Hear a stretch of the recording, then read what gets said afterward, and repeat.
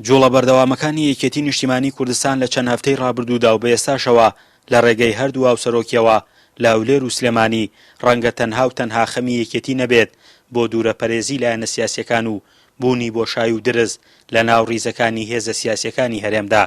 لەلایەک یەکێتی وەک هێزێکی بەرپرسیار و جەماوەری دۆخی خراپی هاوڵاتیان و مەترسیە سیاسی و ئیقلیمیەکانی ناوچەکە بەهەند وەردەگرێت و پێی وایە دەستی بۆ هەر لایەنێک و جوڵانەوەیەکی سیاسی درێژ دەکات کە پێکەوە کار بکەن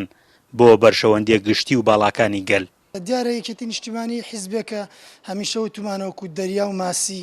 لەگەڵ جەماوەرە بەیەک ناژین هەڵقوڵاوی ناو جەماوەرە بۆ یەکێتی هەر لە دروستبوونە تا کۆمڕەیەکێ لەو لایەنانەی کە لە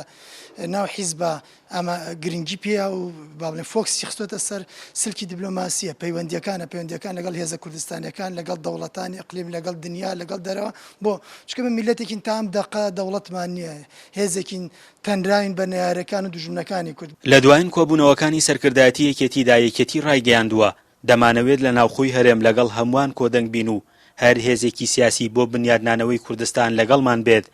دەستی هاوکاری دەخینە ناو دەست. بێگومان لە ماوەی ڕابردووە تنگ و چەڵەمە و گرفت و ڕوبەڕووبوونەوەی سیاسی و ململانێ جۆرێکە بووە و جاری وە هەبووە تەسعیدی ئەلامیشە بووە خەڵک لەم قۆناغەیە پێویستی بەوە نیە پێویستی بە هێوەرکردنەوەی ڕاگەیاندنەکان هەیە پێویستیمان بەوە هەیە کە گوتارێکی هاوبەشمان هەبێ لەگەڵ بەغا پێویستمان بەوە هەیە پێکەوە ئەو گۆڕانکاریانەی لە ناوچەکە و لە ڕۆژهەڵاتی ناوەڕاستەیە هەمیشە حیزبە سیاسیەکان پێکەوە گفتوگۆ بکەن پێکەوە بەرنامە دابنێن لەم قۆناغەیە بە تایبەتی هەرێمی کوردستان سەرڕای قەیرانی ئابووری و نەخۆشی کۆرۆنا پێویستی بەوە نییە کێشە و ململانی سیاسی و وەکو هەڵای ڕاگەیاندن هەبێ بۆیە ئەم کۆبوونەوەانە هەمووی هەنگاوی باشە و خەڵک پێی خۆشە کە حیزبە سیاسیەکان تەبا و نزیک بن لێ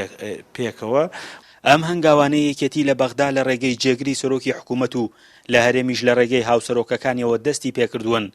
کاردانەوەی جیاوازیان لێ دەکەوێتەوە و جوڵەیەکی دیکەشی بە پەیوەندیەکانی نێوان لایەنە سیاسیەکانی دیکە داوە. هەمیشە یەکێتی نیشتیمانی کوردستان دەست پێشخەرەوە بۆ چارەسەرکردنی کێشەکان ئەگەر یەکێتی نیشتیمانی کوردستان دەست پێشخەر نەبووایە ڕەنگە ئێستا بارودۆخی سیاسی و کۆمەڵایەتی و مرۆیی لە هەرێمی کوردستان لە قۆناغێکی ترسناک هەبوایە. یەکێتی زۆر جار دەست پێشخەری کردو بۆ کۆبوونەوە بۆ گفتوگۆی لایەنە سیاسیەکان ڕەنگە ئەمە بەپی حەز و خواستی بەشی هەر زۆری لایەنگر و دۆست و کادر و قواعدی یەکێتی نەبوو بێت بەڵام یەکێتی دوورتر لەمە بیرەکاتەوە یەکێتی خۆی لە بەشەکانی تری کوردستان لە ڕۆژهەڵات لە ڕۆژئاوا لە باکوور هەوێنی چارەسەرکردنی کێشەکانی کورد بووە لەگەڵ حکوومەتەکان و لەگەڵ لایەنە سیاسیەکان بۆیە